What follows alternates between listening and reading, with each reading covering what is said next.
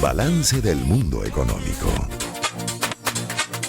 Con Román Losinski. Pues sí, señor, tenemos ya a Pedro Palma en línea telefónica, economista, máster en Administración de Negocios, máster y PhD en Economía, socio director de Ecoanalítica, individuo de número fundador de la Academia Nacional de Ciencias Económicas de Venezuela. Doctor Palma, buenas tardes, bienvenido. ¿Cómo está? Yo no lo escucho. Bueno, vamos a ver qué está pasando por allí. Bueno, a lo mejor un tema ahí de comunicación ya lo vamos a resolver. Es nuestros Aló. micros. Ajá, doctor Palma. Ahora sí lo estoy escuchando. A ver, 1, 2, 3, probando, probando. A ver. Aló. Ahora sí lo veo y lo escucho. ¿Cómo está, Hola, doctor Palma? ¿cómo estás? Bienvenido, ¿Cómo te buenos días. va? Bueno, aquí haciéndole el quite a Román, que está de vacaciones Sí, señor, qué dos bueno, qué semanas, bueno. pero aquí estamos, sí, señor. Mire, bueno, viendo aquí todos los temas que podríamos conversar y justamente en el estudio aquí todo el equipo hablábamos bueno, que no solamente es que el dólar así como poquito a poquito va subiendo, sino que también Ujú. ayer se hablaba de la canasta básica conformada por 5 personas, necesita 118, 14 salarios mínimos para acceder a la canasta alimentaria familiar. Y esto todo es consecuencia de todo eso. Dice que, por ejemplo, en Claro. julio se ubicó en $502,27, esto según el Sendas, y bueno, uno lo siente además como ama de casa que va y compra para su familia o para su casa y ves este goteo permanente que hace que todo normal se empiece a encarecer todos los días. Y esa canasta nunca es la misma, doctor Palma. A ver, ¿qué nos puede comentar? Ujú. Bueno, mira, lo que pasa es que en Venezuela, por más que se han hecho esfuerzos, y Exacto. eso hay que reconocerlo, Ujú, de parte del gobierno, de reducir, por ejemplo, el déficit fiscal financiado con creación monetaria por parte del Banco Central, ujú. que ha habido también un esfuerzo por estabilizar el tipo de cambio para evitar devaluaciones adicionales, etcétera. La inflación todavía en Venezuela sigue alta, muchísimo menos que en años anteriores. Salimos de aquella hiperinflación descomunal del año 18, del 130 y tantos mil% oficial, Ujú. mucho más alta de acuerdo a otros estimados privados, pero estamos en todavía una inflación anualizada, digamos, a junio, julio, del orden de 400%. Eso ha significado una inflación superior al 100% acumulada entre diciembre de este año. Seguimos teniendo la inflación más alta no solamente de la América Latina, sino quizás la inflación más alta del mundo. Ujú. Y por lo tanto todavía no hemos vencido la inflación. La inflación está allí y continúa. No solamente la inflación medida en bolívares, sino también También en el dólares. costo de vida en dólares ha Ujú. aumentado en una forma importante. De nuevo, no tan intensamente como en el pasado reciente, pero sí sigue incrementándose en una forma importante. Ujú. Entonces, todo esto hace, bueno, simplemente que los bienes y los servicios se encarecen y se encarecen, digamos, todavía en una forma intensa, se encarecen no solamente en bolívares, sino también ese rezago que ha habido en el ajuste del tipo de cambio en comparación con el diferencial inflacionario hace que la moneda se siga apreciando en términos reales, se siga sobrevaluando y por lo tanto eso es lo que hace que cada vez tú tienes que dar más dólares para obtener los bolívares que siguen, que Y, cuestan las cosas, los bienes y y servicios se que están siente, en franco aumento. es una Y por cosa lo tanto, que uno siente perdón, todo, es una cosa que uno siente todo el tiempo. O sea, todo completamente, el tiempo. completamente. Entonces eso es lo que hace, bueno, pues mira que la cesta alimentaria particularmente afectada por los bienes alimenticios Ujú. y los productos alimenticios se están incrementando de precio aún más intensamente que el promedio general del resto de los bienes y servicios. Y por lo tanto, pues mira, eso es lo que explica por qué esa cesta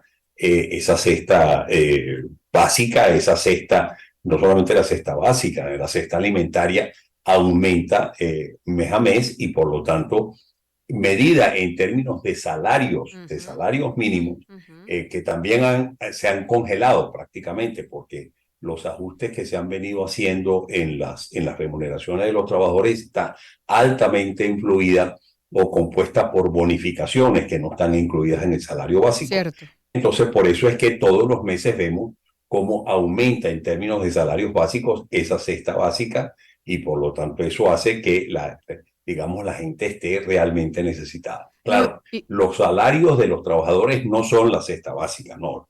Las remuneraciones de los trabajadores en promedio es un nivel mucho más alto que ese salario promedio o ese salario mínimo que se ha mantenido, como ya dije, estable, pero ni remotamente aumenta el ritmo en que aumentan los precios y por lo tanto todavía está habiendo una contracción, una caída en la remuneración real, en la capacidad de compra, así es. digámoslo así, de la remuneración de los trabajadores. No, y además el sector que más aumentó, uno se impresiona porque es el de frutas y hortalizas, y uno se pregunta, pero con un alza de 10,60%. Luego salsas, mayonesas, carnes y preparados, y bueno, cuando uno piensa que frutas y hortalizas, que son alimentos básicos de la cesta de todos los días, bueno, de la dieta básica de todos los días, ayer conversamos con Marianela Herrera, aquí en el programa, y bueno, estábamos hablando de nutrición infantil muy dura que ocurre en el país, claro, pero ¿cómo no va a haber desnutrición si hay esa alza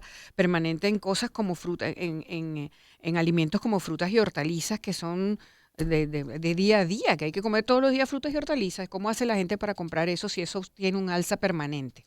Es Pues, complicado. sin duda alguna, y como ya te dije, es que el alza que está viendo en los productos alimenticios es más intensa que el alza que en Sí, promedio está viendo en el exactamente. resto de los Es productos. Y eso exactamente. se agrava en el interior del país, Ujú. porque en la región capital, digamos, tenemos una situación preferencial, si se quiere. Los servicios públicos están en mejor calidad, la electricidad, el suministro de agua, a pesar de tener serias fallas, no está tan deteriorado como en el interior. Y cuando la gente va al interior, ve una situación muchísimo más precaria que la que se ve en Caracas, para no hablar de las zonas rurales. Y eso hace, bueno, que la gente continúe en una situación difícil, muy compleja, muy difícil en el presente. No, y ayer también conversaba, pero eso sí fue mi programa con el presidente de ANSA, de la Asociación Nacional de Supermercados, Italo Atencio, y me decía que justamente cuando se registraban esos bonos y esas en la administración pública, se veía en las compras y en la venta de productos se veía un pico. Es decir, la gente espera Exacto. esas bonificaciones extras que usted estaba mencionando, doctor Palma, para poder más o menos llegarle a lo que necesita en su hogar, bueno, digamos semanalmente, ¿no? O sea, Así es. se ve el pico perfecto, ¿no? Decía Italo Atencio ayer. Ujú, Sí, eso es completamente cierto. Y de ujú, hecho, cuando el gobierno se ve en la obligación de incrementar su gasto fundamentalmente para dar esas bonificaciones a los venezolanos en su conjunto, ujú, no solamente se ve ese incremento en los niveles de consumo y por lo tanto una tendencia alcista en los niveles de precios, es decir, en la ujú, presión inflacionaria, ujú. sino que también se ve en el precio del dólar. Tal Típicamente el cual. dólar con Ujú, 1 o 2 semanas de retraso a ese incremento de gasto público, también se ve un aumento importante en la cotización del dólar, el precio del dólar. ujú, Durante el mes de agosto, en lo que ha publicado el Banco Central del mes de agosto, las 2 primeras semanas, más bien ha habido una contracción de gasto público. ujú, Inclusive en la última semana, de la segunda semana del mes de noviembre, del mes de agosto, el Banco Central está reportando una reducción, digamos, de liquidez monetaria, de cantidad de dinero en poder del público, producto muy probablemente de una restricción de gasto público.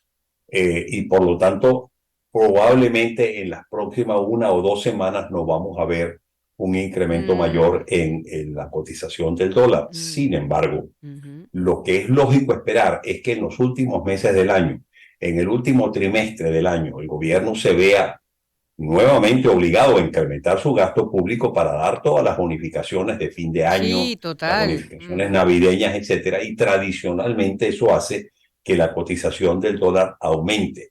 Es decir, porque aumenta la oferta monetaria, aumenta la cantidad de dinero en poder del público, y al final del día, si bien las primeras personas que reciben ese mayor gasto son las personas de relativo menores ingresos, que no son los que compran los dólares. Esa cantidad de dinero llega a la economía, llega al sistema financiero y a las empresas, etcétera, por el incremento de ventas, buena parte de esa mayor liquidez se va a la adquisición del dólar, y eso presiona al alza al tipo de Sí, cambio. así es. Y esto genera obviamente también un incremento, una presión alcista sobre los precios. Es por eso que es lógico prever que hacia las últimas semanas del año, los últimos meses del año, el último trimestre del año, va a haber una presión alcista sobre el tipo de cambio y una presión alcista también sobre los niveles de inflación. Eso es lo lógico esperar. Sí, hay que prepararse, doctor Palma. También Así hablaba es. usted hace un ratico de la América Latina, la inflación. Nosotros tenemos la inflación más alta. Y también lee uno información que hay economías como la de México y como la de Colombia que tienen las monedas más fuertes. Y uno le da así como una envidia, ¿no?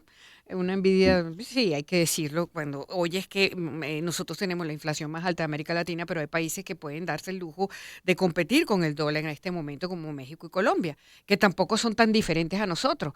Esa es otra cosa que también influye en todo esto que estamos conversando, doctor Palma. Explíquenos, por Bueno, favor. Ujú, bueno, sí, sin duda alguna, pero es que hay una relación, una correlación prácticamente igual a uno, perfecta, ujú. o muy próxima a uno, que entre lo que es la inflación y lo que es el comportamiento del tipo de cambio. Tú no puedes divorciar Así esas es. dos tasas, las puedes divorciar por un tiempo. Tú Ujú, puedes, por ejemplo, fijar el tipo de cambio por un tiempo, es decir, no cambia, no se modifica el tipo de cambio, el precio del dólar se mantiene fijo durante un lapso a pesar de que la inflación es algo mayor. Pero cuando tú ves que la inflación de una economía supera en una forma importante y sobre todo en una forma bastante intensa la inflación que padecen los países donde tú adquieres los productos que importas, tú sabes que esa moneda se está apreciando en términos reales, está cayendo en una situación de sobrevaluación y tarde o temprano la gente va a buscar una corrección, porque la gente se va a convencer, ese tipo de cambio fijo, ese tipo de cambio estable, ese tipo de cambio anclado no se va a poder mantener. Y ujú. tarde o temprano va a venir un ajuste importante de ese tipo de cambio. Entonces, cuando la gente ya se convence, mira, escasean los dólares, la capacidad de endeudamiento del país se está limitando, los bancos ya no están queriendo prestarle al país porque ven riesgos en esa situación, en ese desequilibrio monetario. La gente comienza entonces a comprar dólares aceleradamente antes de que se devalúe la moneda, antes de que se encarezca la divisa y por lo tanto entonces eso precipita esas maxi devaluaciones. Mm, Ahora, ¿qué es lo que pasa en estos países que tú acabas de mencionar? Esos son países que tienen una presión inflacionaria sustancialmente menor que la de Venezuela. ujú, Inflaciones de 5, 6, 7%, que son todavía inflaciones altas para los estándares históricos recientes de esas economías, eh, pero que son sustancialmente menores que, ujú, que las de Venezuela. En el caso específico de Colombia, cuando Petro llegó al poder, eso causó un revuelo dentro de Colombia, mucha incertidumbre, qué es lo que viene, viene el chavismo, ujú, viene el socialismo del siglo XXI en progreso en Venezuela, y la gente comenzó a comprar dólares como una medida de protección, como una medida de cobertura ante la incertidumbre generada por el triunfo de Petro. Eso se ha venido tranquilizando. Sin embargo, las situaciones en Colombia están bastante complejas, están bastante deterioradas desde el punto de vista político con todos estos escándalos que ha habido y a mí no me extrañaría, no que no estoy haciendo con esto una predicción ni remotamente, pero no me extrañaría que esa situación más bien de fortalecimiento del peso colombiano, de ajuste del tipo de cambio después de aquel pico ujú. generado por la incertidumbre del triunfo de Petro, cese o por lo menos deje de seguirse apreciando el peso colombiano. Claro, ahora dice la información que manejamos aquí, México y Colombia se han visto favorecidos por la mejora de las expectativas de la economía mundial. ¿Cómo se traduce esto, profesor? Ujú.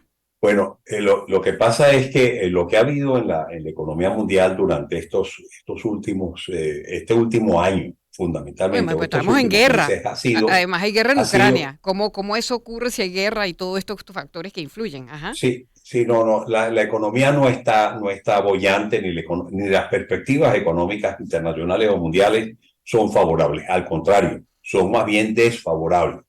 Pero ha habido ciertos elementos de, en cierto modo, tranquilidad, porque la política monetaria restrictiva que ha venido aplicando la Reserva Federal en los Estados Unidos, el Banco Central Europeo en Europa y en otras economías industrializadas del mundo, que se han visto obligados a restringir la cantidad de dinero que existe dentro de la economía como una medida para controlar una inflación que en algunos casos llegó a 2 dígitos, estuvo por encima del 10% anual, y eso son presiones inflacionarias altísimas para esas economías. Eso llevó a esos bancos centrales de esas economías a restringir la cantidad de dinero en poder del público y por lo tanto a subir las tasas de interés, digamos, el costo del financiamiento dentro de esas economías. Bueno, esa política monetaria restrictiva ha dado resultados favorables porque la inflación en esas economías ha cedido en una forma importante. Todavía no han llegado a sus niveles objetivos del 2% en los Estados Unidos, O sea, y algo similar en Europa, Ujú. pero están en una franca descendencia las presiones inflacionarias y por lo tanto eso ha llevado a que haya una perspectiva de que esa elevación de las tasas de interés dentro de esas economías va a cesar o va ya está llegando a su pico y por lo tanto que las tasas de interés y esa restricción monetaria que tiene sin duda alguna un efecto restrictivo de freno sobre el nivel de actividad económica también va a cesar y que por lo tanto eso va a permitir que estas economías comiencen a crecer nuevamente, comiencen a importar materias primas en una mayor cantidad de recursos, etcétera, y que eso beneficie a los países emergentes. Sin embargo, lo que se está viendo no es color de rosa, no es ni remotamente una situación de, no, ya todo pasó, ahora todo el futuro, lo que viene en los próximos meses es algo favorable. No, entre otras cosas porque la economía china está desacelerándose de una manera importante y esa es una economía, es la segunda economía del mundo y por lo tanto eso puede implicar una restricción en sus niveles de necesidades de importación y eso afecte particularmente a los países de la América Latina, los países del mundo emergente. Otro factor que está también contribuyendo a limitar la situación, digamos, a afectar a los países emergentes, particularmente a los países de África, es la situación del boicot que tiene impuesto Rusia a las exportaciones de granos de Ucrania, impidiendo que salgan por el Mar Muerto los barcos que alimentan a estos países fundamentalmente de esos granos esenciales, y eso está generando una presión importante dentro de esta economía. O sea, la situación internacional ni remotamente pinta en el escenario favorable en los próximos meses, pero sí están habiendo algunos factores, digamos, que llevan a una cierta tranquilidad de que aquella presión alcista en las tasas de interés, aquel fortalecimiento del dólar norteamericano, y por lo tanto el encarecimiento de los productos manufacturados que proceden de esa principal economía del mundo, la presión alcista de las tasas de interés en Europa, etcétera, va posiblemente en el futuro inmediato a cesar o por lo menos a suavizarse y que por lo tanto esas sean, digamos, las buenas noticias que hay en el... Claro, y por eso llama la atención, por eso llama la atención, doctor Palma, justamente que estas monedas, en el marco de todo eso que usted está explicando, pues tengan ese fortalecimiento, por lo que sea. Así es. Se habla de que internamente también, todo lo que usted menciona y también que internamente, pues el comportamiento de esas monedas en eso sigue una trayectoria similar porque internamente hay progreso en las economías de esos dos países. Bueno, amanecerá y veremos, pero una última cosita que le quería comentar es que justamente desde Johannesburgo ha cerrado el primer día de la 15ª cumbre del bloque compuesto por Brasil, Rusia, India, China y Sudáfrica. Y allí pues hubo toda una controversia acá también por el ingreso de Venezuela a estos BRICS, a este bloque de países. Y bueno, quería saber su opinión al respecto, doctor Palma. Bueno, mira, los BRICS, lo que pasa, los BRICS está conformado por 5 países que han emergido y que han tomado mucha importancia en la realidad económica mundial, que son Brasil, Rusia, India, China y Sudáfrica. Eso es lo que conforma las iniciales de esos 5 países en la palabra BRICS, que significa ladrillo en inglés. Another brick in the wall. Exactamente. Sin embargo, digamos, ese conjunto de países, particularmente liderado por China, que es la segunda economía del Y que la mundo, que usted está, dice que, trat- que está está tra- atravesando circunstancias complicadas. Ujú.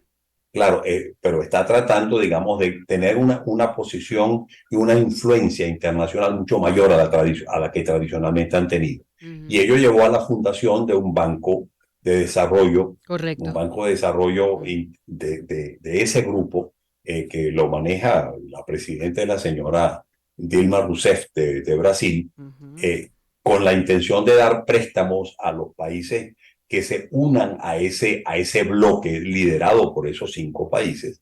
Y Venezuela es uno de los países que ha manifestado Sí. por su acercamiento con Brasil y su acercamiento con Rusia y con China mismo, ha manifestado interés en incorporarse a ese bloque, no para que Venezuela entre como el sexto país, no, sino para que se incorpore a ese bloque liderado por A esos los 5 países que beneficios, forman el BRICS. exacto, a los Y beneficios bueno, que estar en ese bloque habría, podía implicar, doctor Palma, justamente, ¿no? Eso es lo que se está perdón, buscando.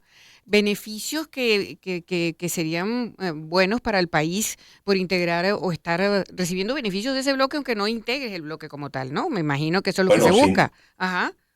sin duda alguna, porque en la medida en que Venezuela siga sancionado, siga teniendo Claro, claro. un bloqueo total al acceso a su principal mercado de los países petroleros, que son los Estados Unidos, haya un sobrecumplimiento, una sobrereacción de las empresas del mundo entero con las sanciones de los Estados Unidos por temor a que los Estados Unidos o la OFAC de los Estados Unidos lo sancione al tener alguna relación con Venezuela. Entonces dicen Venezuela fuera, no queremos tener ninguna relación con Ujú. ninguna empresa venezolana. Eso está afectando sin duda alguna a Venezuela, a las empresas de venezolanas y a la población venezolana. Así es. Y por eso es que un grupo estamos pidiendo una flexibilización de parte de las sanciones que se aplican sobre Venezuela para evitar, digamos, ese sobrecumplimiento, ese overcompliance que Ujú. llaman los norteamericanos de esas sanciones y se suavicen y por lo tanto se limite o se reduzca ese efecto negativo que está teniendo esas sanciones sobre las empresas y sobre la población y que Ujú. está afectando muy poco al gobierno, que es lo Mm. que el último interés que tiene, digamos, el verdadero interés de los Estados Unidos Correcto. a través de esas sanciones. Así Entonces, es. bueno, dado esas sanciones que existen, dado esos efectos negativos de esas sanciones, bueno, pues Venezuela está buscando otras alternativas y los BRICS están ofreciendo por lo menos alguna posibilidad y Venezuela quiere estar allí para Ujú. ver qué provecho puede sacar. Bueno, vamos a ver qué ocurre, doctor Palma. Muchísimas gracias por el contacto esta mañana aquí. Y bueno, nada, sin duda alguna sigue complicado el panorama en nuestro país, pero vamos hacia adelante. Hay que seguir Así es. echándole, doctor Palma. Gracias, un abrazo. Buen Bueno, día. gracias a ti, hasta luego. Claro que sí, era el doctor Pedro Palma, economista, máster en Administración de Negocios y PhD en Economía. Además, es socio fundador de Econalítica, individuo de número fundador de la Academia Nacional de Ciencias Económicas de Venezuela. 7:32 minutos, avanzamos aquí con... Una